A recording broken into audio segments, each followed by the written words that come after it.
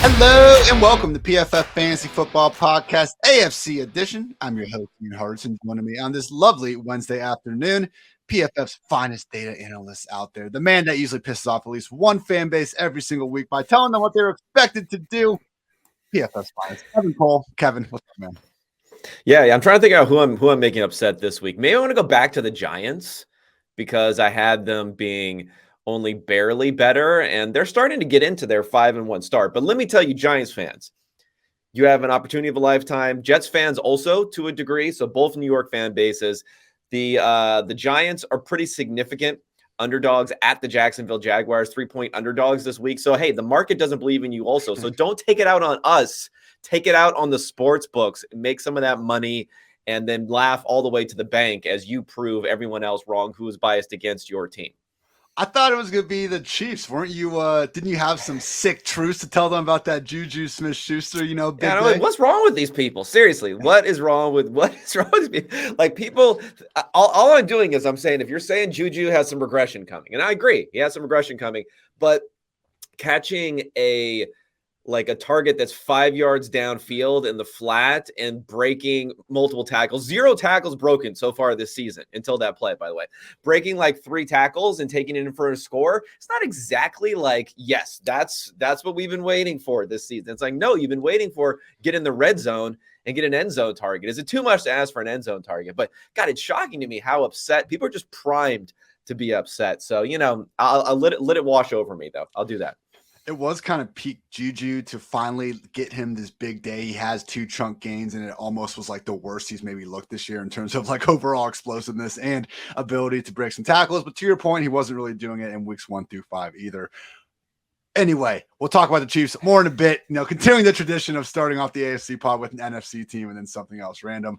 Let's get back on schedule, starting off with the AFC East. Buffalo Bills have earned their bye week. They're sitting at 5-1, which takes us to the second place New York Jets, Kevin. Not the only team in New York, doing some big things this year. And they have won 3 straight with Zach Wilson under center. Now, hasn't had to do all that much. 36-21, most recently 18 pass attempts. Is this going to work out, Kevin? Because you look at the first 3 weeks of the year with Joe Flacco under center, second in pass play rate, last 3 weeks, 26th. Win is a win is a win, but at some point, it sure seems like Zach Wilson, these receivers are going to have to carry their weight. Yeah, it all depends on what you are talking about. We're talking about, is it going to work out? Is it going to work out for Jets wide receivers or tight ends that you have on your fantasy team?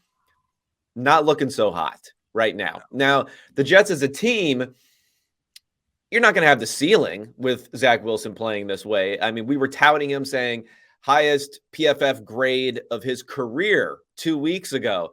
Last week, lowest PFF grade of his career. So the up and down nature that we're talking about here, we're seeing it from Wilson, we're seeing it from Lawrence, we're seeing it from these other guys.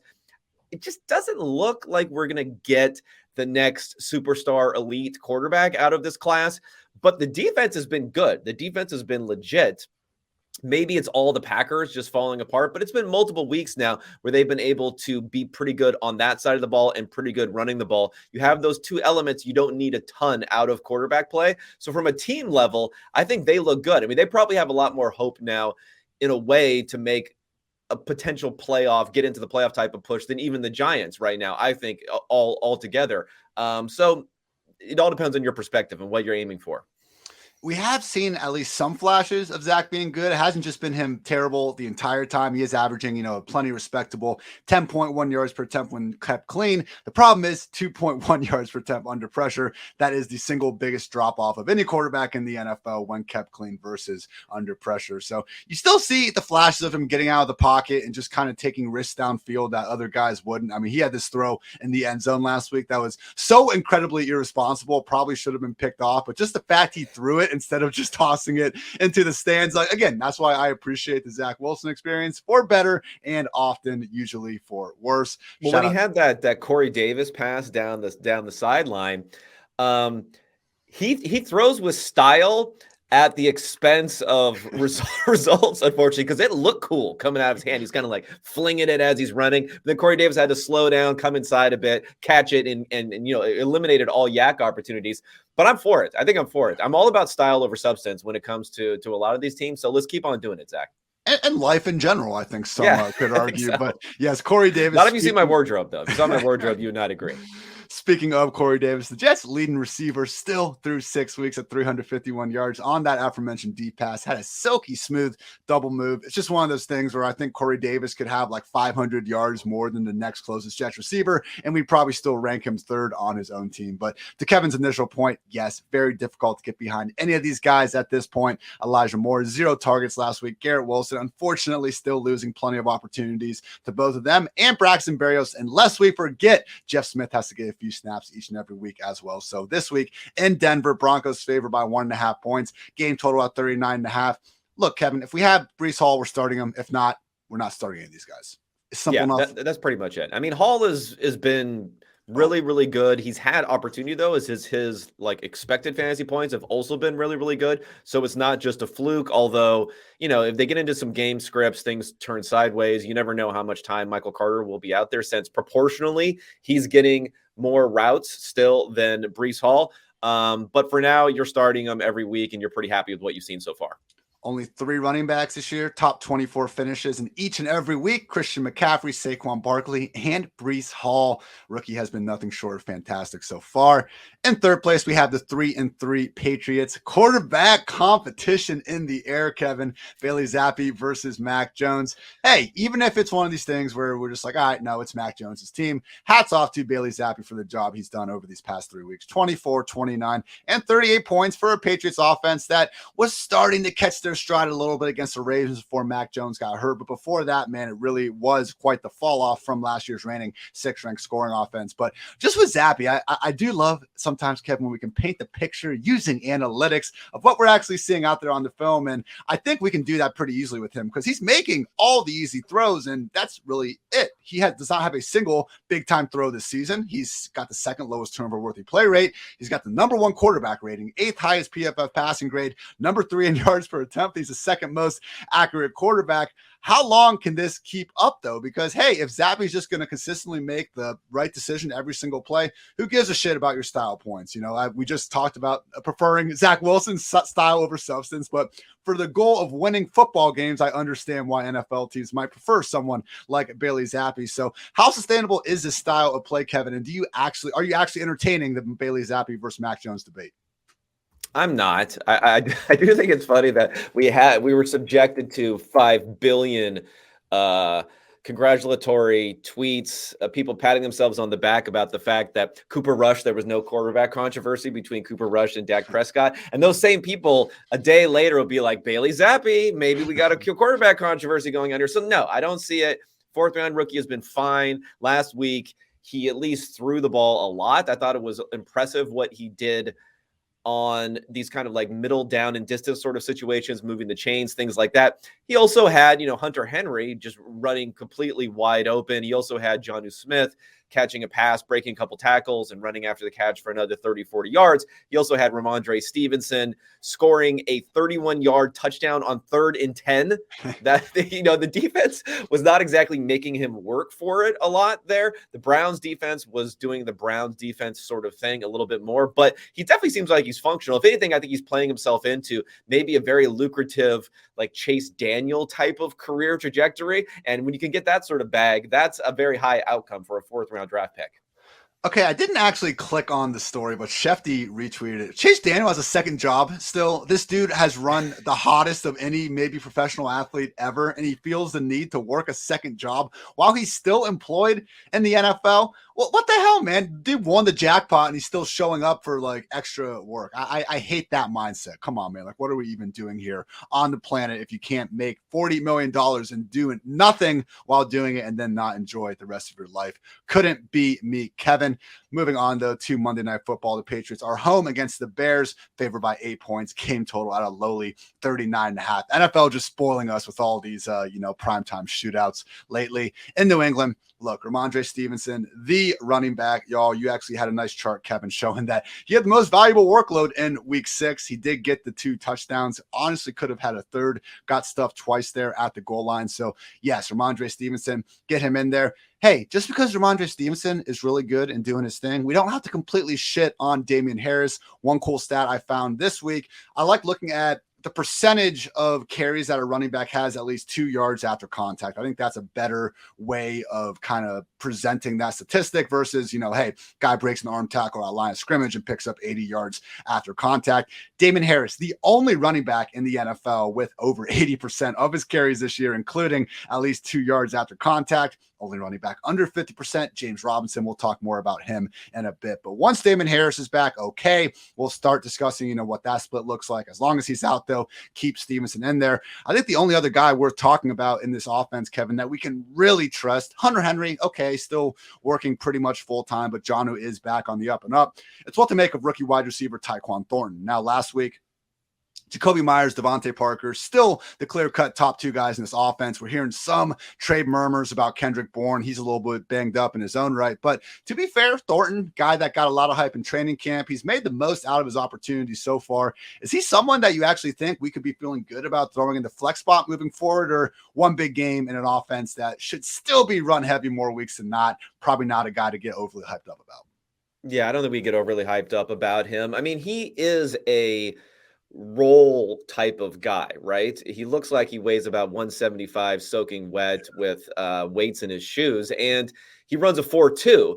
So that's good. It's good in certain circumstances. I think he has been able to function outside of that field stretching role. But then we saw last week, he got a little fantasy goodness on a rushing play, and that's going to happen sometimes. It's not going to happen a lot. I just think there are too many functional but not elite options on this offense, and he's another one to add to the mix. I just don't see him being really like a target hog type of situation that's going to differentiate himself when there may not be the total passing volume there. Dolphins last place at the moment, but they are getting Tua back, sitting at 3-3. And it's just amazing to me, Kevin, how our guy Skylar Thompson under center, unfortunately, he got injured. He was moving the offense. Really, I mean, that dude, the throw over the middle of Jalen Waddle, like I had to rewatch that thing 3 or 4 times. Had to put the blinds down, make sure no one was watching me over there in the kitchen. Unfortunately, the offensive line was moving the offense backwards the entire time. So that wasn't that drive where they had like 4 penalties, one after another. It was like 3rd and 30. And they're still picking up chunk gains because, only God can stop Skylar Thompson, I guess. But hey, Teddy Bridgewater comes in. He starts playing well, starts showing why he's, covering pretty much every game he gets into these days. And of course, Tua was impressing before the injury. You add it all together in this offense, despite only having really 3.5 games of Tua. Number 10 in EPA per pass play, 2nd in yards per attempt, 11th in explosive pass play rate, and 8th in overall team QB rating. So how much of this, Kevin, as much as I would love to sit here and just talk Skylar Thompson for an hour, and if you want to do that, that's okay. But how much of Teddy and Skylar keeping this offense moving has kind of changed your mind potentially about Tua's hot start in the season, if it has at all? I don't think it's changed my mind that much. Again, my thesis coming into the year was Alex Smith, 2017 was what we were going to hope for. I think that was basically what we were getting, maybe even a little bit on steroids those first couple of seasons. So I was happy to see that. And I think that's what's going to continue. I mean, he's going to regress some. I look at all the different quarterback metrics as far as the different situational stuff for how they're playing.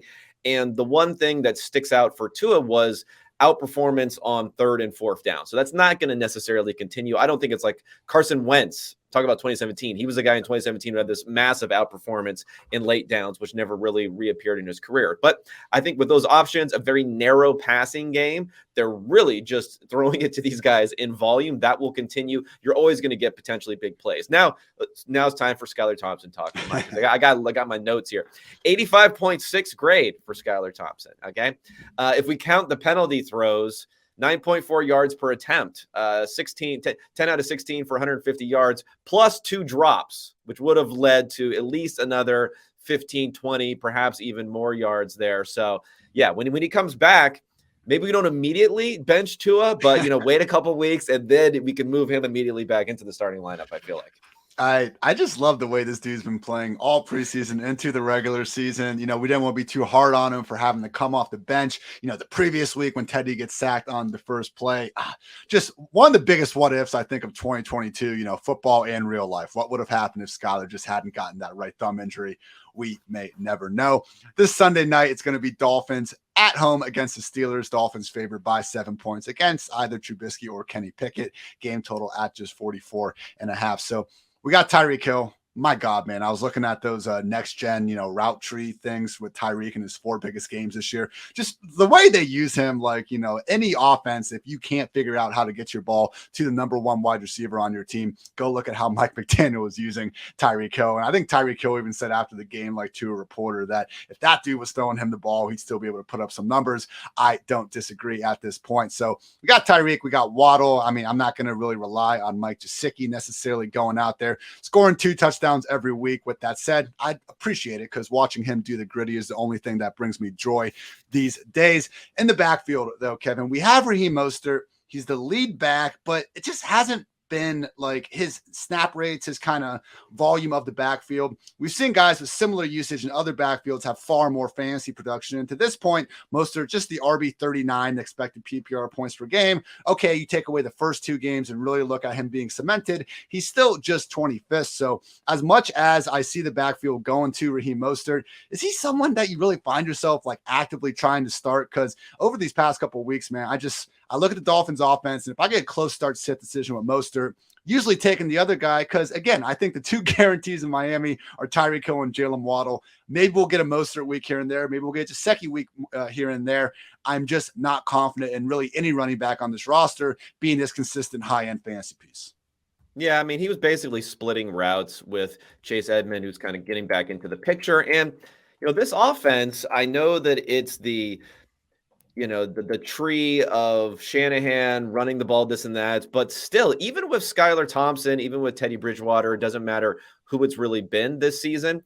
They like to throw it around. They like to throw it around the yard a little bit. So if you're not going to get hyper efficiency from someone like Raheem Mostert, which you can get sometimes, but if you're not going to get that, we're still talking about a team now that's in the top 10 in pass rate over expectation. That's with significant time being played by Teddy Bridgewater and a 7th round rookie quarterback. They're still slinging at them. That just means there's going to be a lower ceiling to what we're going to see for Mostert.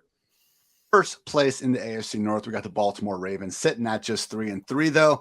Man, Lamar Jackson fever weeks 1 through 3. Dude had 12 total touchdowns. I was, throwing out the MVP stuff. Everyone was hyped. Only 3 total scores over the last 3 weeks: 20, 19, and 20 real life points against the Bills, Giants, and Bengals. So, hey, 3 good teams, close losses there with a narrow win. I'm not saying it's time to completely panic or anything as an organization, but is this something, Kevin, we should be paying more attention to with Lamar? Because, hey, it's 3 weeks of him looking like the freaking overall fantasy QB1 world beater. Lamar 2019 is back, baby. The last 3 weeks looked a lot more like kind of what we saw in 2020, 2021. A lot of missed opportunities on the table. I mean, Duvernay probably could have had 3 touchdowns the last 2 weeks with some better balls. Andrews had one sail. We even had, I think, Powell or whoever the hell that was 2 weeks ago miss a wide open one. So a couple passes away, from those point totals certainly being in the upper 20s. But what have you seen, if anything, that's been different about Lamar over these past 3 weeks? Could it just be an issue of Rashad Bateman not being out there, or is it a bigger problem with maybe defenses figuring out the scheme? No, I don't think it's I'd never really go with the figure out the scheme sort of situation when you've had a successful quarterback for this long a period of time. So I don't think that's it. I think he had some unsustainable production those first couple of weeks, in particular the long runs and some of the long passes, especially the run after catch by Bateman in one of the games there. So that's been gone. It hurts that Bateman's not there, but I like, internals underneath how he's been playing this season. And he's still rushing the ball. He's still getting production in multiple ways. Mark Andrews, that connection is obviously still there. So I think it's fine going forward. I think it's just where he stands, who he's going to be this season. He's not going to be QB1. Okay. We can crown Josh Allen, I think. I think already on that.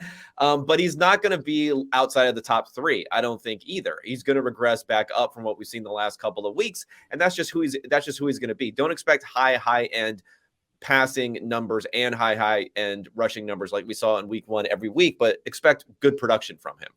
Maybe not the overall QB1 on the year. He is the overall QB1 in week 7 with Josh Allen and Jalen Hurts on bye. So he does have that for sure going for him this week. First, Cleveland at home. Ravens sitting at 6.5 point favorites. Game total about 45.5. So mentioned Duvernay. It's just behind Mark Andrews. It's always going to be tough for these guys in the offense. So if Rashad Bateman stays out, I do think Duvernay is still someone that's tough to, rank much outside your top 40, if at all. Still, though, we just got to realize it's going to be a little bit sporadic. The other question here is what to make of this backfield. So J.K. Dobbins, got taken out early last week. Harbaugh was saying it was not a knee injury, Kevin. It's just sore. So there's a big difference there, apparently. So we shouldn't be panicking. I heard different descriptions. I heard locked up. That doesn't sound good. None Sound good. None of it sounds good. And even before we got these post-game, I don't want to say excuses. The guy's knee locked up or whatever the hell happened to it. Even before that, last week, Drake outsnapped J.K. Dobbins in a week where we weren't getting those, notes after the game. So, J.K. Dobbins, I was still trying to treat him as this low-end, borderline RB2. This week, man, I got him and Drake basically hovering in that mid-tier RB3 range. Basically the point that I put guys, if I don't want to start them unless I really have to. We still have Justice Hill out of the picture with the hamstring injury for the time being. Gus Edwards' return from the PUP list does seem to be coming sooner rather than later. Just no to starting this backfield, because as awesome as Drake was this last week, not exactly the sort of performance that we can hang our hat on, expecting more of that moving forward. Yeah, I don't think so. Although I'm probably a little bit more concerned about Dobbins and maybe his ability to even play this week. We'll see. I mean, we'll see what ends up happening here. But, I guess we're in bye weeks, right? We're in bye weeks. So if you have Kenyon Drake and you need someone to play, I mean, I would play Drake above Dobbins this week for sure. We'll get more injury information as we hear for the rest of the season. I don't see any reason for him not to control that backfield. And what I think what was funny is earlier this year when I was talking about the Ravens having trouble running the ball with their running backs, I was assured by lots of people telling me, well, once J.K. Dobbins is there, that's the whole problem. Kenyon Drake's the problem. Now, Kenyon Drake is busting off, 50-yard runs or 40-yard runs on these different plays. So, again, guys, running backs, let's face it, they're all good. They can all run pretty well. I guess the question for Dobbins now, you have to be a little bit concerned about his long term, because he was someone, dunking on Rappaport, dunking on anyone who would get into his zone about how he was going to come back, and then he didn't come back. So if you're going to take that as an indication, it sounds like a player who may be pushing himself too early, too quick to come back, might not have been ready, might want bitten off a little bit more than he can chew. So in that circumstance, I would say take your time and get healthy and not make this another season-ending type of situation. The whole thing was weird with him getting active. He was practicing in full all week, and then he still wasn't playing, being listed as questionable. And just when you're an NFL running back coming off a major knee injury, that doesn't seem something that you can put someone out there in live games at a limited workload and just expect it to work out. Hey, I'm not someone that's a doctor or a head NFL coach, and obviously the Ravens, have years and years of success behind them telling us that they know what they're doing. But to this point, certainly not helping Dobbins' counting statistics. What you said, though, is true. I mean, maybe we do actually see him get some rest here. And again, Justice Hill, Gus Edwards certainly don't seem like they're going to be factors this week. So if we take all of them out of the picture, we have seen Mike Davis pretty much be in the doghouse throughout the season. At that point, it would be tough to keep Kenyon Drake out of the top 24. But if all those guys are out, Kevin, would you go Kenyon Drake or Clyde Edwards-Helaire? I think I would go Clyde Edwards-Helaire, but it's close. It's close. I mean, I have Drake. I think I have him in the low 30s now. If I felt more comfortable about Dobbins being out, I would put him somewhere in the 20s. So I don't know. It would be a coin flip to me. I don't know. I'm really not a Clyde Edwards-Helaire fan. That's my problem. I just don't like sitting around hoping that a guy that you're not really confident about his workload or how good he is going to score just based upon the offense. So I don't know. I might go Drake. I'd flip a coin and figure it out, I guess. I got CH RB22, Jeff Wilson RB23. That's right about the spot that I'd be looking at with Drake, should those other guys be out. All right, second place, your Cincinnati Bengals, 3-3. Wanted to ask you, Kevin, how sticky is some of this deep ball stuff? Because we have seen Burrow 2020 really terrible. I mean, 33rd in PFF passing grade, throwing downfield, and he was only doing at the 19th highest rate in the league. They get Jamar Chase, and oh my gosh, you add Jamar Chase and Joe Burrow back together. They're a top 5 group in pretty much everything. This year, though, they really haven't gotten it going. I mean, Jamar Chase led the NFL last year with 8 touchdowns on passes thrown at least 20 yards downfield. The next closest wide receiver was Tyler Lockett with just 5. This year, still doesn't even have 1. He did drop 1 last week. He caught 2 more later, so it wasn't that big of a deal, obviously, in the stat sheet. But is this something that we should just expect them to get fixed, because we now have seen them be pretty mediocre, 17th in PFF passing grade, 22nd in yards per attempt? Or is this more so the normal in Cincinnati, and last year was actually them really just exceeding what we should be expecting out of them? I think maybe what we saw out of them this last week would be more of the normal. I mean, you're not going to get 85 yards after contact of receiving work from Jamar Chase on a week in, week out basis. So I'm not saying you're going to get that, but I think that some of the deep passes that we saw last year are going to be more difficult to get. Everyone is leaning into protecting against that defensively. It's not just a Joe Burrow issue this season, although it's affecting him more than some others because of how reliant he was on it last season. So there was further to fall for him. But I think that he's starting to get things going a bit here. If you look at how they played offensively in the shotgun, every single snap other than a QB sneak and a QB kneel. They're leaning into that. Only ran the ball 10 times. Stop giving it to Joe Mixon, and 2 yards in a cloud of dust back to the defense is not what you want from Joe Burrow. I think this is what you do want. Hit the guys in stride, allow them run after the catch. Can we talk about these long passes for Jamar Chase? I mean, the dude is a beast when it comes to run after the catch also. And I think that is even more of how he's going to be utilized, because generally, as far as his depth of target in this game, it wasn't like they fully flipped the script here. I mean, 10.8 average depth of target, not that high. T. Higgins was only at 7.2. Tyler Boyd at 6.3. So Jamar Chase higher at 10.8, but they weren't stretching him down the field a ton in this game. It's really just going to be utilizing more of that run after the catch. This week, they are home against the Falcons. 6-point favorites, game total at 47.5. I am expecting Jamar Chase to get that A.J. Terrell shadow, but this year it just hasn't been that big of a deal. Ranked outside PFF's top 90 cornerbacks in coverage. Oh, it's PFF coverage grades. What the hell do you guys know? He's allowed a league-high 7 touchdowns. So as awesome as 2021 was for A.J. Terrell, 2022 has not. Cornerback play, you can say it's been very volatile year to year. It's probably the single hardest position to play in football at a high level consistently. So this is not a shit on AJ Terrell hour. It is a continue to start your studs, and as Jamar Chase. Yeah. We're going to save the shit on cornerback year over year for JC Jackson. Of course. Yeah. Dead. What did he finish? Dead last? Okay. Yeah, that is what he's at right now. That evaluation is hard at cornerback, people. It is hard. Mixon still our one true king, expected RB1, and he is starting to get some of that good old-fashioned regression with 2 touchdowns in his past 3 weeks. Man, and like just looking at this offense as a whole, he only has 1 touchdown in the first 6 weeks. Like, if there is anyone out there that is treating Joe Mixon as more so of the upside RB2 he's been, and you can get him, I do think we're going to see Mixon, putting up something more close to the top 5, top 8 numbers he had last year the rest of the way. Yeah, so you have Mixon, Jamar Chase, T. Higgins, whose routes were all the way back to normal last week. So we're back on team. Start T. Higgins every single week, even if there's a fire. Hopefully his health only improves. The only other thing I would bring up here is just that Hayden Hurst is set up pretty damn well this week against the Falcons defense. Bottom 3 in receptions and receiving yards allowed to opposing tight ends. That's why I helped get us on to the George Kittle big game last week to begin with. So with that said, let's talk now about another quarterback situation going on. I don't think there's too much controversy, but we don't know who's going to be under center for your third place 2 and 4 Steelers.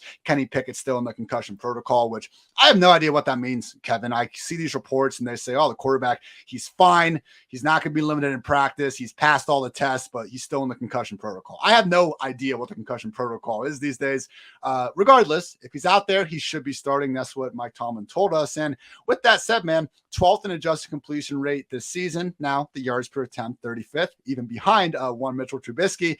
But he's basically played 2 full games against the Jets, Bills, and Buccaneers. I mean, that is a pretty brutal way to start out your NFL career, especially on top of the same issue we saw, impact Fields and some of these other guys throughout the last few years, where he starts off the year as the backup. So it's kind of expected that he's going to take a little time to gel with the starters. So I will say this, man, as the schedule gets better, which this week they are in Miami on Sunday Night Football, not great. Maybe, they can take advantage of that banged up secondary. More on that in a little bit. Then they got the Eagles in Philly before their bye week. So after kind of these 2 rough patches, again, in Miami and Philly, he's coming off a concussion. I'm not expecting him to completely go off Sunday night, but do you think this passing game could enable more than one, like Deontay and George Pickens, to some actual heights down the stretch? Or unfortunately, is what we've seen so far this year, probably what we're going to get the rest of it? I mean, we're probably going to get what we've seen so far, but they have a situation now where, the Chase Claypool, like arriving out of nowhere last week, which Trubisky has unlocked him. No, he's just, he'll disappear again.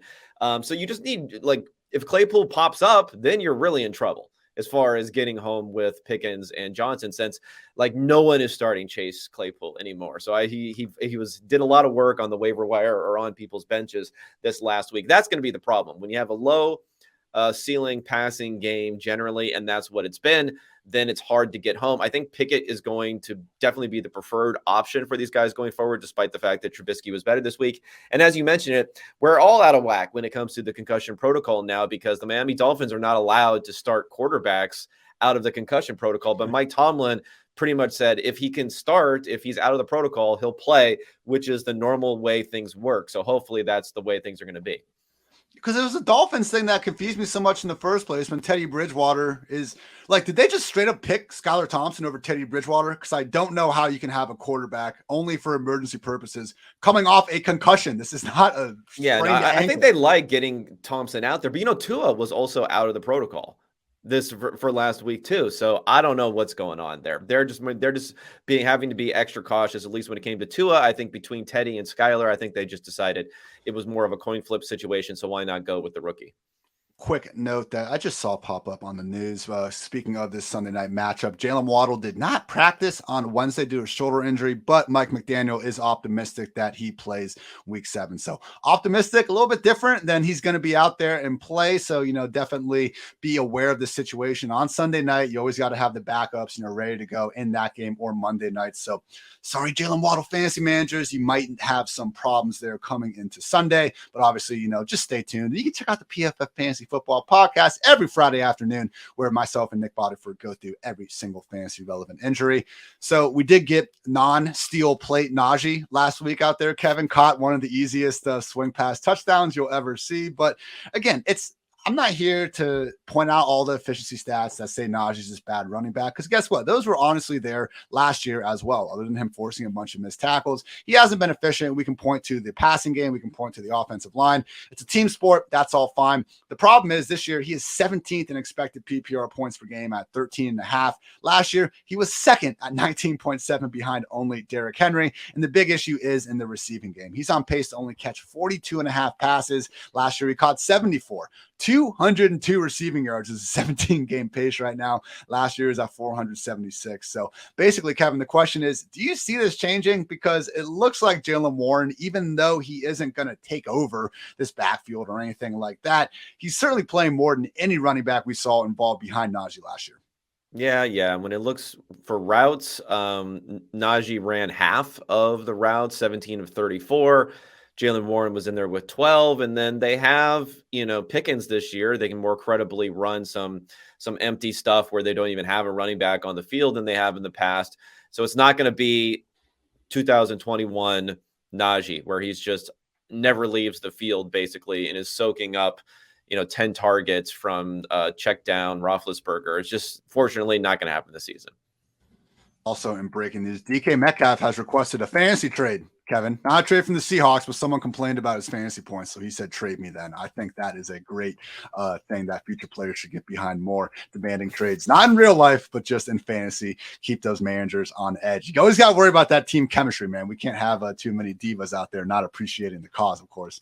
In last place in the AFC North, we have the 2-4 Cleveland Browns. We said a lot of good things about the Cleveland Browns the first 3-4 weeks of the year, but this is not going to be one of those segments, Kevin, because Jacoby is starting to turn back into Jacoby this season. PFF passing grade. This is the nicest thing we can probably point to. He's 16th among 38 quarterbacks with at least 50 dropbacks, but go ahead, hate on PFF. Take your traditional statistics. He's 31st in QB rating. He's 29th in yards per attempt. He's 28th in adjusted completion rate. Back to PFF, 12th in big time throw rate, 28th in turnover worthy play rate. Last week was his first truly brutal game. Again, we have seen some good ones out of Jacoby. Now he was facing Bill Belichick and the Patriots last week. I get it. For some reason, that's the one coach that you can face in this football league. Play like shit, and then people just completely give you a pass each and every time. And yeah, I guess the guys earned the reputation for being able to get that benefit of the doubt. But man, Nick Chubb and company, they're first in EPA per run play. They're 19th per pass play. I feel like this is what we're going to see more getting forward, Kevin. Or have you seen anything from Jacoby to suggest that the 2022 version of him is going to steady the ship? No, and I'm kind of surprised it took this long to see a game like this. Taking sacks, the bad decisions had come, although they had come at the end of games. We saw some back-breaking interceptions.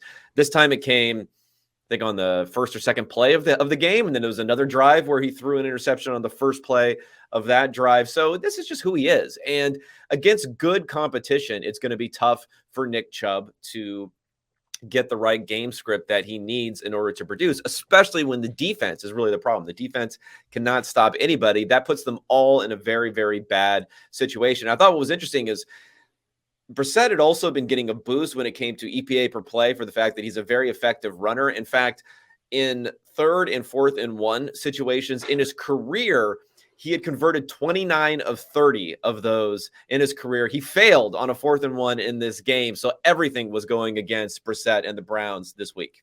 That's one of the best stats you always hear on those broadcasts. They were getting cocky with it, man. That was a long one that they tried to really get Jacoby to sneak there. Did not pull through. I also love the league-wide trend of now teams just, hey, Jacoby's a big, sturdy guy. I get that. Jalen Hurts, too. I think I saw someone tweet that. No, it wasn't I'm sorry. It was the Michigan running back. Corum or whatever. They're like, Corum could probably leg press a school bus full of children. That's how I feel about Jalen Hurts. Like, we've seen the Oklahoma squat video. Certain quarterbacks, okay, put them there. I don't think they're at a ton of risk, but the ever popular practice now of them just taking the tight ends, shuffling them behind center and QB sneaking it, or you have the tight end. I saw the Eagles do this with Dallas Goedert, literally stand right behind the quarterback and just shove them with all their might. Now that they took away, the freaking, you can just push players as long as you want these days. Used to kind of be a silly rule that they ignored in the first place. But Kevin, like, in 5 years, could quarterback sneaks just become tight end sneaks like more times than not? Because that seems to be, just from the eye test, what we're seeing more than ever this year. It's been a fun little, wrinkle dinkle in there. Yeah, I like it. But Brissett is interesting. When they signed him, I thought this is an interesting signing just to have a backup quarterback who can run these types of plays pretty effectively too. The problem is if they're going to really bunch up those A gaps, then you don't have that option. And so you need to make sure that you have a situation like how they run it, where they don't just, it's not like the tight end is playing quarterback. They still have the quarterback in there. They still have him come in there. But do you want your quarterback then doing the bush push for the tight end in that situation or not? We'll end up seeing going forward. Final note here with the Browns in Baltimore this week. Baltimore 6.5-point favorites. Game total of 45.5. Last week sucked for Kareem Hunt, and he is only on pace for 48 targets this season. Just realized, as long as Nick Chubb's out there, we are going to have some duds here. Continue to treat him as a borderline RB2 more weeks than not. David Njoku, though, really going out there. He's been helping the fantasy squads, and just honestly, every single advanced metric you want to pull out, the guy is looking more and more like an elite tight end. That's all he's been this year. 3rd in yards per route run behind only Travis Kelce and Mark Andrews. He's 3rd in PFF receiving grade behind those guys as well. 4th in yards per reception. I mean, Kevin, like right now, David Njoku, he's increasingly becoming tougher and tougher to rank, outside the top 6, top 8. I have a fantasy team with Kyle Pitts and David Njoku on it, just like I know plenty of other people do out there, because we all just collectively have to agonize on a weekly basis about which one of these guys we're picking. So I'm not saying that that's going to consistently, just be Njoku here for the next 5-6 weeks. It is still a conversation for sure. But once Deshaun Watson gets back, man, like David Njoku might be the consensus tight end 3. Like, it's possible. It's close. It's closer there. I mean, I think there's just a lack of weapons outside of Amari Cooper. In this particular game, you had a little bit, I saw some people drawing up some stuff, a little bit of the Belichickism of trying to take away the top option and take away Amari Cooper here. So that was part of it. But when it comes to Peoples-Jones, David Bell, Anthony Schwartz, not a whole lot else there. You mentioned Kareem Hunt. Jacoby Brissett is not really a running back check down sort of guy that kind of goes hand in hand with someone who holds on to the ball too long in that sort of situation. I think it's a pretty strong relationship there. Maybe Watson will be someone who will look to toss it out to the running back a little bit more often as opposed to Njoku. But you're right. He's doing great so far this season. You're happy. You're very happy if you have him with the landscape at tight end. I want to give a quick shout out to some sponsors before we continue with some AFC South chatter. No House Advantage is changing the game by offering the most dynamic fantasy sports platform available today. Play and pick'em contests versus other people for the shot at winning $250K plus in cash. Download the app, choose a contest, select your player props, earn points for correct picks, and climb the leaderboard for your shot to win big money every day. You can also test your skills versus the house and 20 times your entry if you hit all your picks. Bet on up to 5 player prop over-unders or individual player matchups across every major sport sports league, including NFL, NBA, MLB, PGA, MMA, and NASCAR. Sign up now at promo code FANTASYPFF at nohouseadvantage.com or download the app on the App Store to get a first deposit match up to $25. Make sure to check out No House Advantage today and experience daily fantasy sports redefined, because it's not just how you play, but also where you play. You won't want to miss out on this. Also, got to love our friends over at Western Southern. The PFF Fantasy Football Podcast is sponsored by Western Southern Financial Group. While you focus on your roster moves, Western Southern helps advance your money moves, buying your first home, plan to start a family, wondering how to make your money grow. Western Southern's playbook of life insurance, investment, and retirement solutions helps you rest assured on game day. Team up to understand needs and address goals with a game plan built just for you. Get started at westernsouthern.com/PFF. Also, finally, everyone, Underdog. Even though Best Ball Mania has ended, Underdog Fantasy is still the easiest and most fun way to spice up your football season with their Pick'em game. Just look for your favorite or least favorite player stats. Pick whether you think they'll end up with a higher or lower total than that number in this week's game. You can win up to 20 times your money in a single night. Underdog keeps it super simple with their easy-to-use website and mobile apps. Pick between 2 and 5 players for your Pick'em entry. Get all your picks right, and you'll take home some cold, hard cash. It's simple to get started. Just head on over to UnderdogFantasy.com or download the app. Sign up with promo code PFF, and Underdog will double your first deposit up to $100. That's Underdog Fantasy, promo code PFF.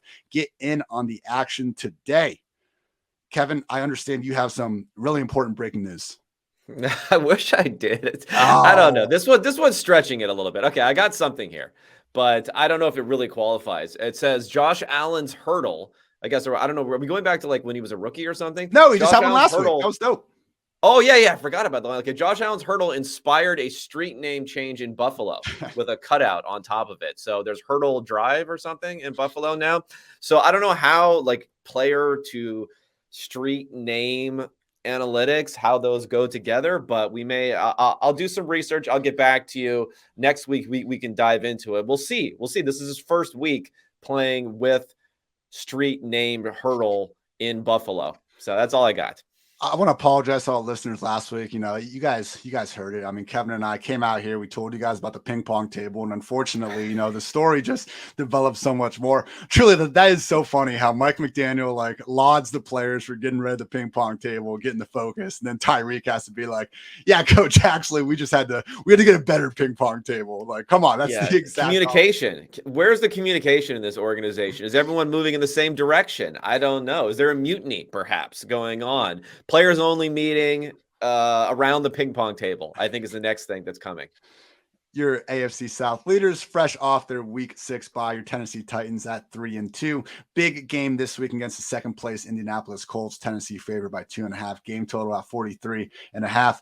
We got some pretty cool behind the scenes tools at PFF, Kevin. One of my favorites is yards per route run. It's just one of those things in football. We're always dealing with small sample sizes. So what's our largest sample size for any pass catcher? It's going to be their total routes. And what's more stable than touchdowns? Yards. Thus, we have yards per route run. And this season, 53 running backs have run at least 50 routes. None, Kevin, have averaged more yards per route run than Derrick Henry. Dontrell Hilliard is up there. Ryan Tannehill this year, 9.5 yards per attempt on passes behind the line of scrimmage. The next closest quarterbacks are Matthew Stafford and Jimmy G at 7.3 and 7.2. Now, passes behind the line of scrimmage, you know, it's the easiest job in all sports. And it makes sense that this is the more so the scheme plays more than anything. And Stafford and Jimmy G have consistently been at the top of this list ever since Sean McVay and Kyle Shanahan took over those respective offenses. So is this something that we could expect to continue out of here, Kevin? Because to the Titans' credit, man, they lost AJ Brown, and no, things haven't been quite as prolific, but with Henry and Hilliard making up some of that slack in the passing game, I mean, this is a wide receiver room that as a whole combined has 0 top 24 finishes from everyone involved. Do you think Henry and Hilliard can kind of keep making chicken salad out of this chicken shit in the passing game? Yeah, I mean, someone's going to have to. I mean, as you mentioned, there's just no one to throw it to. I mean, even at tight end, when they brought in Austin Hooper, has been basically a non-entity as far as putting up points. Traylon Burks is still out, is going to continue to be out. Now, I would be slightly interested. I'm not going too far. Slightly interested in Robert Woods for the fact that, again, Burks is still out. We have Woods. When we talked about these players ramping up after a major injury like that, we got the bye week, got a little bit more time into the season. Maybe he can actually be somewhat productive in game scripts where they have to throw the ball. You're right. He's never been better than wide receiver 27. so far in any week a couple of weeks ago, but he was 27 and then 51, and they didn't have to pass it a whole lot. So I don't know. I'm just saying, desperation. If desperation is really sitting in, I'm sure you can put him on your roster, put him in there, no Burks. Maybe you'll actually get like 75 yards and a touchdown or something like that. This week I have Woods as my wide receiver 37, one spot behind Devin Duvernay, assuming Bateman's out, ahead of guys like Zay Jones, Tyler Boyd, Josh Reynolds. So, hey, put him in the flex. I could see it happening. He is going to be the guy if it's going to happen for that it will. Otherwise, start Derrick Henry. And yeah, we'll see if the Titans can go ahead, stay on top of this division. Again, they are facing off against the Colts this week. And credit to Matt Ryan. This was a game where he completed exactly one pass thrown 20 yards downfield, and it was the game-winning touchdown to Alec Pierce. My God, Jacksonville, it's a crosser. How many damn times you need to see this play before you just do anything to try to stop it? They didn't. Matt Ryan, 389 yards passing and 3 touchdowns through the air. With that said, are we buying anything in this offense other than Michael Pittman being really good and hopefully Jonathan Taylor coming back? Well, there's some hope for Alec Pierce also. He's someone who started off slower than other rookies. I mean, he was a second-round rookie. He had that catch to end the game, which is not, again, with Matt Ryan, is not necessarily something you're going to be expecting to happen on a game-by-game basis. But he had a couple other catches in this game. He wasn't targeted a lot, but he still had 7 targets, so we had some missed opportunities to maybe pile up some more production. In the previous game against the Denver Broncos, he had 8 catches, 9 targets, 84 yards, leading the team there. He had 80 yards the week before that, 60 yards the week before that. So after a very slow start, he's at least putting up some production, so maybe you can get interested in him. And they can't really run the ball. Yeah. So they might have to lean further into this passing game, whether they want to or not. I just want to point out, for running backs don't matter, at least in fantasy, truthers, Deion Jackson, that was not an efficient running game at 3.5 yards per carry. But then again, Jonathan Taylor, not so hot in that category either. But they were just spamming him in the passing game. 10 targets, 10 receptions, 79 yards. Running backs don't matter. Yeah, I appreciate you actually letting one of these 0 RB targets get to me in our PFF league, Kevin. You take all of them. I got too many. I started Ramondre Stevenson and Kenneth Walker, so I'm happy. I got to take down Ace PFF, product. Just do it all, Mike Spitz. Thanks to those 30 points from Dion. Sorry, Mike. Sorry, everyone. That's all. We'll give you guys 20 seconds of our own fantasy teams a week. You can deal with it, and then back to business. So it's a good point, though. Like, they might have to pass the ball more. My initial thing was, I don't want to buy into Pierce or Campbell, because how many times is Matt Ryan going to drop back? 58 times. Oh, don't buy into Campbell. Never buy into Campbell. I will not allow it. Friends don't let friends buy into Campbell. I think we've seen enough from him. I know he had the 7 for 57, but anyway. Never go full Paris Campbell. But the run blocking issue, man, I did the same kind of study for the Cowboys that I did the Colts, and the Cowboys offensive line hasn't been great. I think they're 28th in team run blocking grade this year, but the Colts drop off, really, compared to what we come to expect from this group, has been significant, man. Frank Reich got there in 2018. Here, their yards before contact per carry from 2018 to 2022, 1.5, 1.4, 1.7, 1.6. This year, 0.9. Their team run blocking grade has gone from second to third to 9th. This year, 25th. So yeah, Jonathan Taylor, when he comes back, man, like, look, we saw Saquon Barkley look like a complete world beater in the early parts of his career. And even 2019, though, when he came back from that ankle sprain, he wasn't the same guy. Cordero Patterson last year, this happens, pulling Zeke last year with the PCL. Really good running backs, not to slide Zeke in there with a bunch of these guys right now, at least at this point in time. But you guys know what I mean. Well paid running back. There we go. That's better. Really, well-paid running backs, when they get injured, yeah, they're going to be at less than 100%, especially if they are going to be coming back, sooner than they should be. And it certainly doesn't seem like an insignificant injury if it's kept Taylor out of the picture for 2 weeks. So I get it, man. Like, when Taylor's healthy, we're jamming him into starting lineups of all shapes and sizes. But like rest of season rankings, Kevin, like with Taylor's workload, a lot of it was under the assumption that he was running behind his big, badass offensive line. He was going to be able to work as one of the most efficient running backs in the league, a la what Nick Chubb continues to do year after year after year. With Taylor, man, like rest of the season, would you still draft Jonathan Taylor as a top 5 fantasy running back for the rest of the season? I mean, maybe number 5, but I don't think I would have him. I mean, you got Barkley. I still think McCaffrey's up there. You have Eckler. Eckler, obviously. And then it's like Taylor versus Henry versus like Fournette. Like there's Henry, close. Fournette. I mean, Kamara is like starting to come back around in a way where I probably still I'd lean Kamara before I would go Taylor. I think even at this point, I mean, he needs the explosive runs. You mentioned the Cowboys running game. The only time we've seen him do something this year is when Tony Pollard has ripped off a big, huge run. So he needs those explosive plays. At least he is the type of player who can get those explosive plays. So he's going to need that. He's going to need touchdowns because the ability to rush the ball 30 times for, steadily 4 or 5 yards a carry is looking difficult this season.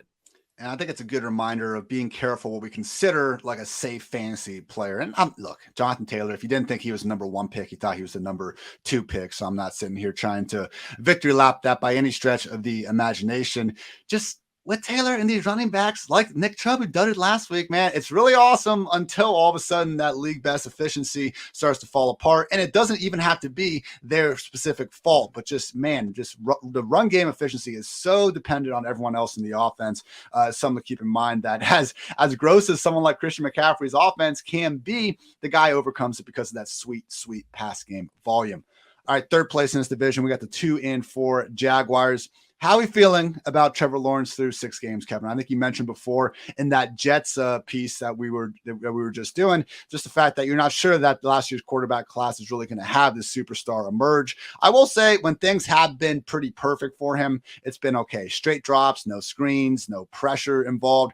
15th out of 37 quarterbacks in yards per attempt. He bumps up to 7th in adjusted completion rate. And he's had, over these last 5 weeks, 3 top 12 finishes in just pure fantasy scoring. So he hasn't been bad per se, but I'm kind of with you here where I'm still waiting to see, again, the best, most generational quarterback prospect since Andrew Luck, and really haven't seen that even, I would say, in weeks 2 and 3 this year when he was playing some of his better ball. Yeah. I think, okay, so you want to see some sort of jump in this second year. I know there's the whole Josh Allen exists. We get it. Okay, it happened. Josh Allen had a massive jump, but I do think you have to differentiate a little bit by saying Josh Allen was not recruited, I don't think at all, by a Division I school coming out of high school. He went to junior college. Then he basically recruited himself into Wyoming, and he was a high prospect even going into his redshirt junior year. But he wasn't a refined prospect, and we've heard these things about him working on his mechanics even forward. Trevor Lawrence has been going to like every high-end QB camp, top-rated guy, probably since he was like in 6th grade, as far as being a quarterback. So I have more difficulty seeing that path for this rapid improvement. It's not like he hasn't been vetted and looked over by the highest end QB coaches in the entire universe for multiple years now. So the inconsistency, I think, is troubling. We haven't seen it. We could see it in the second half of this year, but I think if we don't see it this year, then you have to resign yourself to the fact that he could be maybe a top half quarterback who plays up and down and is probably not going to be that elite guy. We have to react to what we're seeing in the evidence that we're getting. This week, home against the Giants. Jaguars are favored by 3. So to Kevin's previous point, the market's certainly not treating the Giants as the 5-1 juggernaut that they appear to be on Disrespect. paper. Nobody believes in us. Hey, nobody believes in us. Actually, I don't know. Do it. New York. I don't do it. Hey. I'm with you, though, man. Go bet it then. All right. Like, you feel this vehemently, like you disagree with me that strongly, get this upset about it. Go make some money then, and then thank me for, the bad information, I guess. Not that we're, just don't tell these guys that they have nerds at these sportsbook modeling this stuff. He's, hey, you nerds, you don't know nothing about football. You see Brian Daboll? This guy's incredible.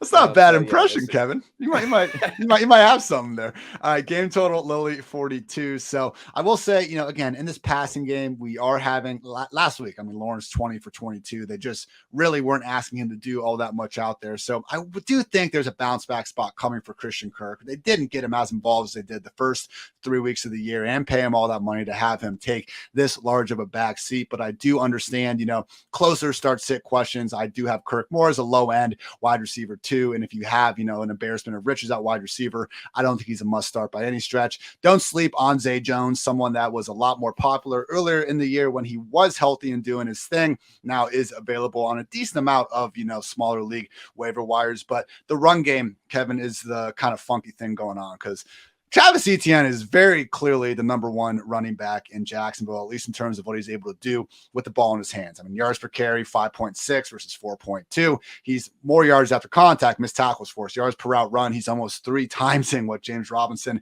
is bringing to the table. And again, I talked about before how some of these stats can be fluky. And with Etienne, I recognize that we have these scat backs that Tony Pollard looks better than Zeke every week, and Khalil Herbert looks better than Montgomery sometimes. And maybe sometimes there is an argument for that guy being better. There's also the argument that, the number 2, the faster, the slasher of the group is getting kind of more so the touches that are that are easier to kind of get these big plays. Whereas someone like James Robinson is being asked to get the hard yards. Where I struggle with that argument, trying to back up James Robinson, is how horrific Robinson has been this year at getting those hard yards. That should be what he's there to do, and he's doing it worse than any running back in the entire league. He's been stuffed for a loss or no gain on a position high 17.3% of his carries. The only running back in the NFL to not gain 2+ yards after contact on even half of his carries.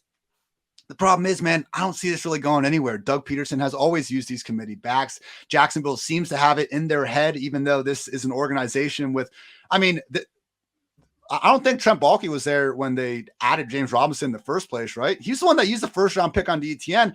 I don't understand it's a good story, him coming back from the Achilles. I'm sure James Robinson is a fantastic human being. I would love to see him just be awesome. I don't know, Kevin, how they can continue to look at this and make this a timeshare when clearly Etienne has been the more impactful running back. Do you see this changing, or do you unfortunately think that we're dealing with a 2 RB committee? When they can get up in games, it's going to be a Robinson week. When it's kind of neutral or down, probably more Etienne. God, I didn't realize you were so overexposed to ETN in your fantasy leagues. I am. You compiled a whole dossier against poor James Robinson. I was just like, I've been talking bad about this guy for a while, and I was like, whoa, step in here. He averaged 4.5 yards per carry. And you're like, Jermichael Hasty. Why isn't he playing first in front of James Robinson? I think it's just going to be a little bit rough. They just turned off their passing game last week with the game script, the way that it was going, maybe ended up costing them in the end when they couldn't convert that 4th down. So I think it's just going to be tough. It's going to be tough. We don't have a high end enough offense for everyone to get home on here. I still do think Etienne's going to outscore Robinson, but as long as he's in the picture, I don't think you can be confident in anyone. Yeah, okay. I think I've said enough about the situation. Good point. Last place. Robinson, jeez. Apologies. You're going to get a cease and desist letter from his lawyer. Be like, stop compiling these stats. What are these stats that you're just making up stuff now? Apologies to the Robinson family if you happen to tune into this podcast. Last place, Houston Texans at 1-3-1. There are 2 things to talk about in Houston. We know Brandon Cooks is always going to be doing Brandon Cooks things, and he is the wide receiver 23 and expected PPR points per game this year. Just the wide receiver 43 overall, which makes him our official bounce back player of the week, brought to you by Sleeper, my favorite place to go play redraft, dynasty football, whatever it might be. Again, Brandon Cooks still very much the cemented number 1 in Houston. Maybe he's not going to be a top 10, top 15 guy due to some of the inefficiencies at hand with Davis Mills under center. But guys, this is Brandon Cooks. Each and every year, he's going to beat his ADP. Right now, he's not exactly smashing it. But again, the expected versus real points are indicating that he should be on the verge of bigger days ahead. Shout out to Nico Collins. He's been doing some good things as well, but Brandon Cooks, I do think, should be the guy more times than not. But with that out of the way, Kevin, it's the Damian Pierce show. He got a bye week to rest up after forcing an PFF NFL record 17 forced missed tackles on the ground. My question for you, is this more of something where we should look at it and say, holy shit, like Damian Pierce, best freaking running back in the NFL? Or is this something you think more so like big time throws? Very cool. Something we love watching. Maybe something that's a little bit more of a style stat. How do you treat kind of forcing missed tackles when looking at running backs overall? Yeah, I think it depends on the running back, because ultimately what we're trying to do is we're trying to gain yards. That's what we're trying to do. Breaking tackles enables players to gain yards. But I remember Trent Richardson was the example of a guy that had these gaudy broken tackle stats. But the problem was after he'd break one tackle, he wouldn't go anywhere. And then he'd have to, just another guy would tackle him immediately half a yard downfield. So there's a little bit of that.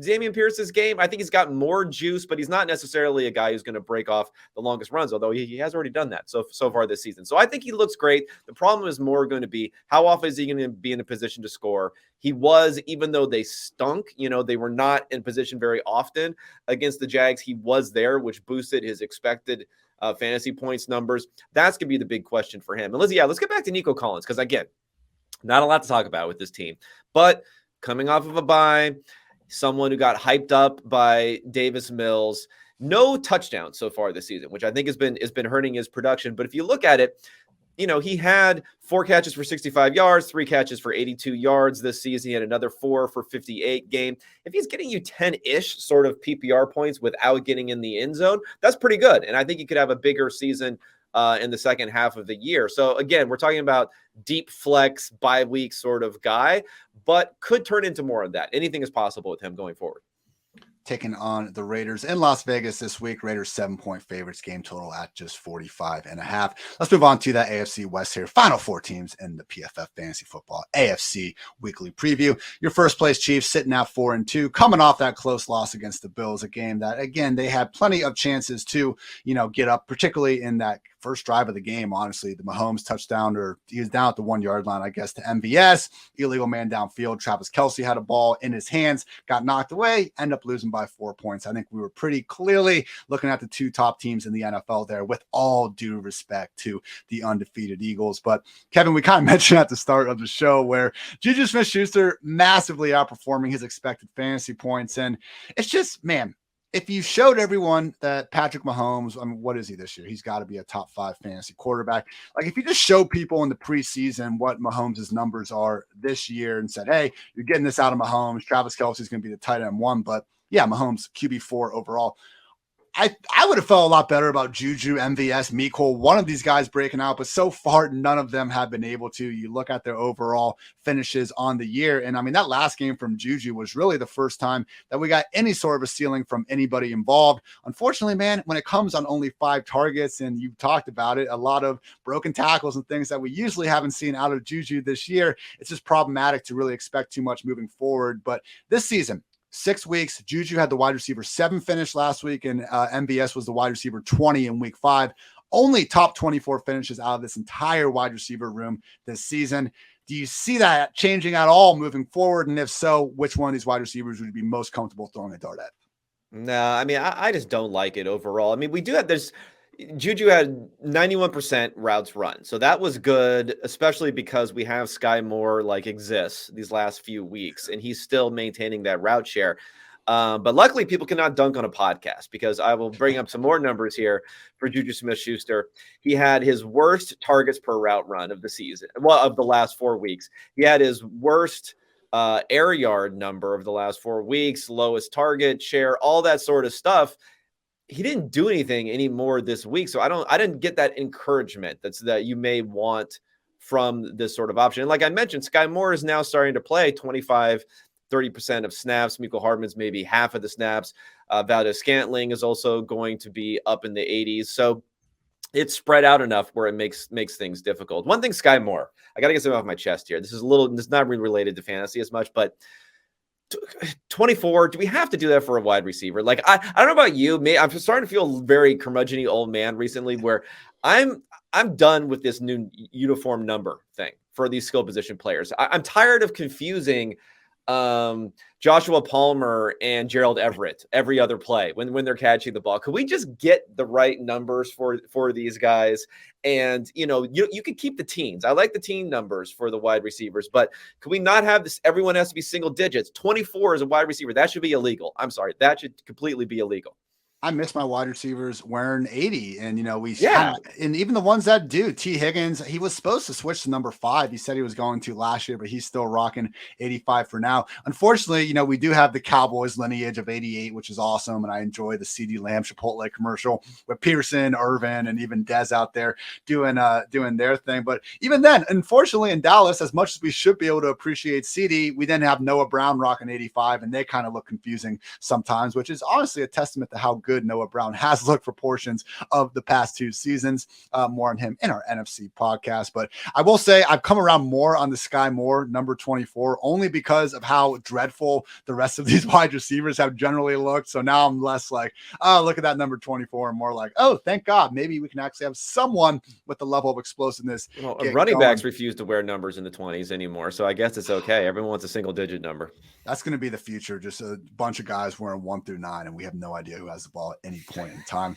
This week in San Francisco, KC 3-point favorites, game total about 48.5. I think we've kind of talked about most of this. Again, Clyde Edwards-Helaire, he has the workload of a low-end borderline RB2. That's probably what he's going to be most of the season, as awesome as that top 5 stretch was earlier in the year. So let's talk about the second place, 4-2 Los Angeles Chargers. So Justin Herbert, I didn't want to get a bunch of people angry. I mean, I mentioned this. I was a busy morning, Kevin. Didn't want to do it. If you take the player A, player B, and do Justin Herbert versus Kirk Cousins, it's way closer than I think people would be at all interested in seeing. Yards per attempt, 6.7 versus 6.6. Kirk has actually been more accurate. And Herbert, man, like these are 2 of the only 6 quarterbacks in the league with a sub 7-yard average target depth. Bailey Zappi, Matt Ryan, Matthew Stafford, Kirk Cousins, Daniel Jones, and Justin Herbert. And we saw this last year. It was a low average target depth, and it's also Herbert doing a really good job taking care of the ball. He's number 3 in the the lowest turnover worthy play rate, which is good, but I don't know if it's that good when you're Justin freaking Herbert, Kevin. Is there something to be said here that a guy like Justin Herbert is doing his offense a disservice by not being more aggressive? I mean, perhaps he was under a lot of pressure last week. So it's difficult. I mean, last year he was a top 5 quarterback in his efficiency, despite the fact that everyone was yelling from the rooftops and needed to throw it downfield so much. This year, 17th in expected points added per play, 12th in grading after being 4th last year. So there's been a drop off. There was the rib issue, which I think has exacerbated the tendency to go short with these passes and avoid taking hits and avoiding pressure. And, receivers control ADOT a lot of the time here. So if you're saying, well, we need to get more targets to, DeAndre Carter down the field, if that's your solution, then I don't know if that's good for an offense either. But a little bit, he did get some pass interference calls that don't end up showing up in the actual stats when he's throwing it down the field because the guys are not really separating. So it's tough. It's tough. I just don't know if they have a guy to go down the field because Josh Palmer, when he was in college, he looked like he could do that periodically. He looks very just jaggish in the NFL now that he's had a few opportunities here. I'm not, burying him, but I may be starting to, sprinkle a little sand on his feet for the eventual burying of Josh Palmer as being some guy when he has the opportunity who could step up and do something. It's worked out because he's gotten the targets based on Keenan being out. But to your point, I mean, if you would have told people that he's just Palmer, not special, right? Yeah. I mean, Keenan Allen's played like a half of football and Palmer's the wide receiver 42. Like I would have definitely taken him finishing top 36 in that if I just would have had that opportunity to guess that, before the season. Did have the wide receiver 22 finish last week. And 4 penalties on that poor cornerback on the Broncos. Unfortunately could not, just keep his hands off him. We'll see if he can keep it going. It does seem like Keenan Allen's return is imminent from that hamstring injury.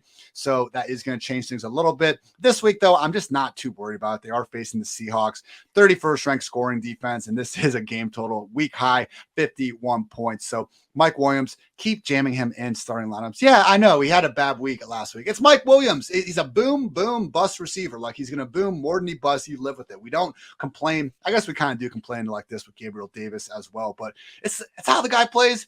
Deal with it. He's still going to give you plenty of wide receiver 1 production. Keenan Allen, whenever he's healthy, get out there. And again, in this matchup, if there is going to be a time to flex Josh Palmer, okay, but I would be hesitant on expecting him to keep up anything close to this wide receiver 3 production when he's not giving us those big plays out there. Only thing I would note is, for you wide receiver cornerback, just really focusing on those matchups, people. Tariq, what's his freaking name? Tariq Woolley? He's got 4 straight picks. I should know this. Apologies. Tariq Woolen, yeah. All right, Tariq Woolen. He plays 91% of his snaps as the defense's right cornerback. So that is not a shadow situation. This would be, that dude's 6'4". He's got great ball skills. Like, if there is a cornerback that can give Mike Williams some problems on contested catches, it would be Tariq. So this is a rare instance where if that was the shadow matchup, I do think a downgrade for Williams would be warranted. The Seahawks have never played their cornerbacks that way. You can go back to Richard Sherman's prime. They were still hesitant to use him in shadow coverage. Don't be fading Mike Williams, even if there's a fire. You better have freaking 5 top 12 wide receivers on your team if you're even thinking about putting him on the bench. Let's go ahead and talk about the Broncos. Actually, one thing I want to mention quickly when it comes to the Chargers. Sorry, I didn't know if you're transitioning somewhere else, but we don't know if Josh Kelly's going to play or not. So if you're in desperation mode, maybe put Sony Michel on your roster, and he could fall into the end zone, and you could have a decent week this week. That's it's something to think about at least. God forbid something happens to Austin Eckler. I'm knocking on wood, everyone. Don't worry. He is on pace to catch 116.2 passes this season. NFL record is McCaffrey at 116 in 2019. So God forbid you take that out of it. Sony Michel would be on the top of every single waiver wire column come week 8. Third place Broncos at 2-4. Russ had the bad game, made up the hamstring injury, and now we're dealing with the after effects. I joke. How dare you? In the eyes of God, in the eyes of Jesus, he would.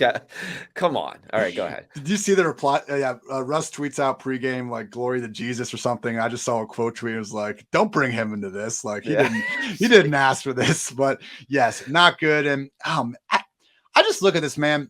Russ is playing so much worse than even last year, Russ in Seattle. We did see Teddy Bridgewater in Carolina, of all places, enabled 3 top 25 wide receivers. He goes to Denver last year, not doing much. We got Drew Lock reportedly pushing Geno Smith, the freaking one king we know, Geno Smith over in Seattle. Are we positive that Courtland Sutton, Jerry Jeudy, and KJ Hamler, and healthy scratch Alberto, is this really such a great situation for all these quarterbacks to be in, Kevin? Or am I just making excuses for what has been a very bad start to a Broncos tenure by Russell Wilson?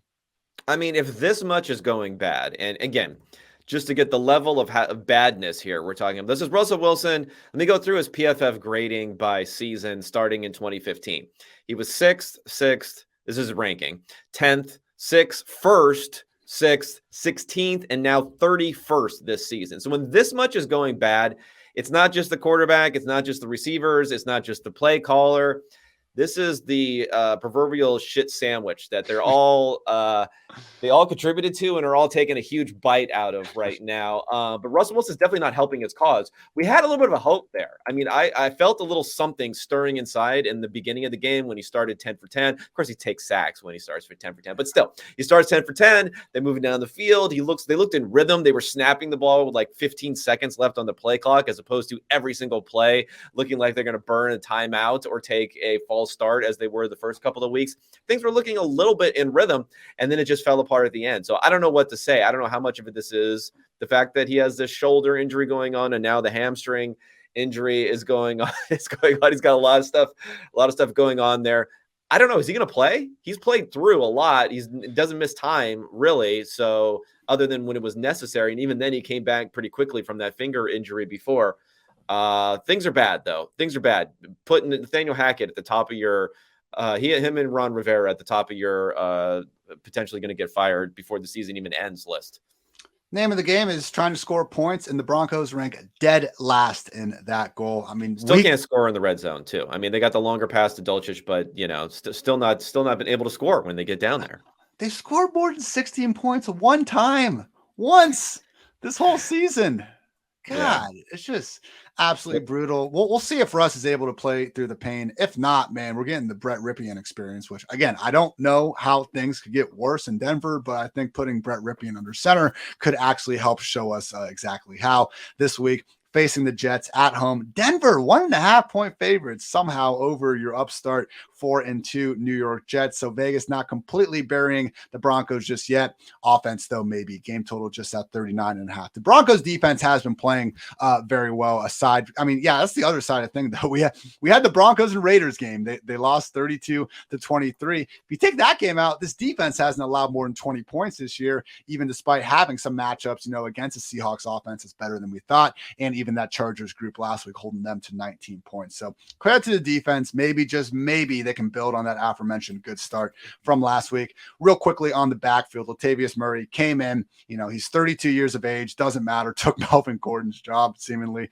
49% snaps, though. 15 carries and 1 target. Mike Boone, 35% snaps. Melvin Gordon, 35% snaps. For now, Kevin, I have Latavius Murray this week as my RB 32 because I don't believe in this sticking. I don't believe in this offense, and I certainly don't believe in old man Latavius Murray at this point. So the one consistency we've seen in this backfield has been the inconsistency. We had to sit here and talk about Javonte Williams himself not even playing 50% of the snaps. I find it hard to believe that any of these guys are really going to take over, and honestly that the Broncos are even done adding to this room in the first place. So that's kind of my biggest thing. When I see a veteran come in like this and immediately get elevated, that tells me that, what happens when Latavius cools off, maybe they bring another one in. So anything to do with Latavius Murray?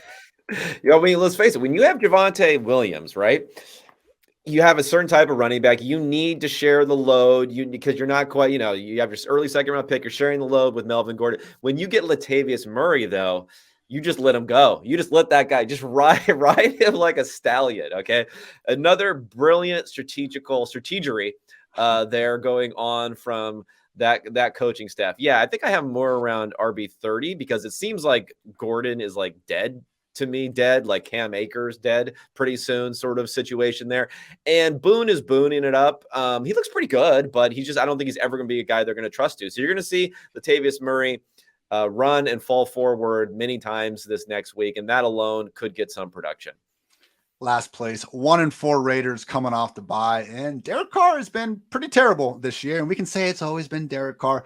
Derek Carr, at least in the John Gruden years, had some highs for stretches. Last year, before the Henry Ruggs debacle went down, I mean, Carr legitimately had like top 5 numbers in most statistics, not fantasy points because he didn't have the volume going for him, but just in terms of, the more advanced metrics we use to measure real life quarterback play. He was really good. Not so much this year. PFF grade, he's tied for 27th with guys like Kyler Murray and Zach Wilson. Bottom 8 quarterback in turnover worthy play rate, adjusted completion rate. Like when you look at this, Kevin, again, I know you haven't been the biggest Derek Carr fan on this podcast, so maybe it's just as simple as it's Derek Carr, but do you think there's time now coming off the bye? They're still learning Josh McDaniel's system. I mean, there is a lot of talent in this system. This passing game should be better. Do you think it will be at any point this year? Yeah, I think it'll be better. I just don't think it's going to be high end. And when you have Adams there and when you have Renfro who can attract targets, I guess Waller, he's not really, you're not gonna have to worry about him necessarily soaking up targets. What's the deal with Waller? How long is he going to be out for? We'll find out. I don't know. We haven't gotten an update, I don't think. So we'll find out about Waller, what's going to happen there. I just think it's going to be tough when you're spreading it that thin. Also, they've been liking to run the ball, maybe a little bit more than you would have seen with Gruden in the past.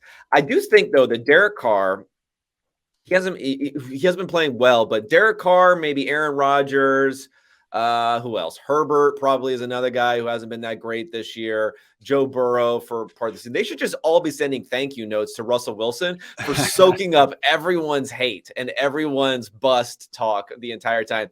Those guys have been a little bit freer, I think, to escape, at least on a national level, the heat that they should be getting this season. It really just has been a league-wide putrid effort, and we're just throwing all that hate on Russell Wilson because he keeps playing in prime time. I think that's the main that's part of it. And he keeps stop TikToking. Yeah. Stop it with the TikToks, please. Stop it. For the love of God. This week at home against the Texans.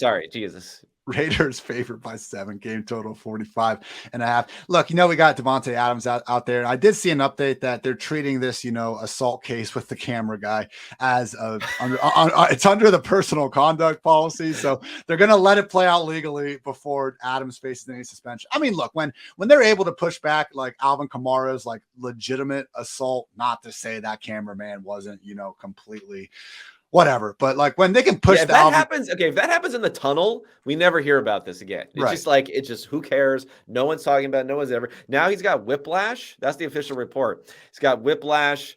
His doctor said he needs a backiotomy. So he's in big trouble.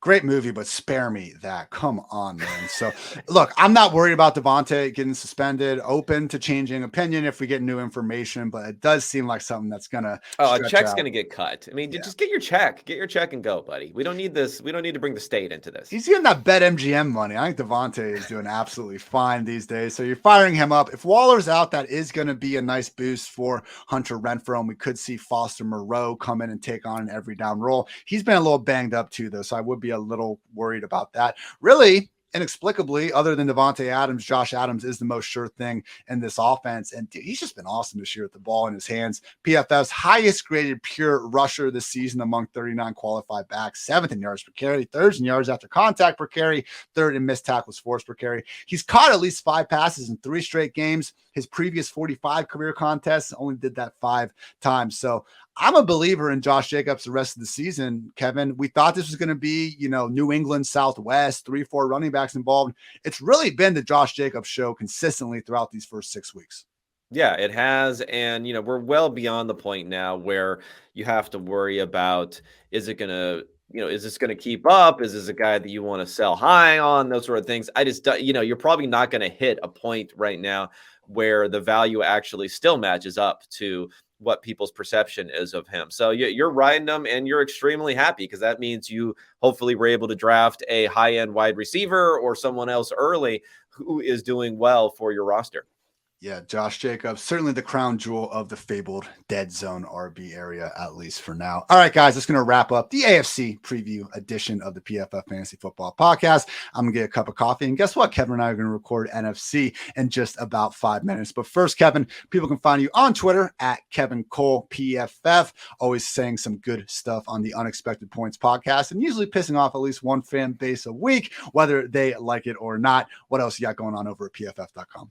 Yeah, it's that same stuff this week. We got the quarterback rankings, the showdown pieces. I'm going to try to do a piece next week going more of my adjusted, expected, whatever you want to call them, scores that people can get mad at print now, not just get mad in podcast and Twitter form.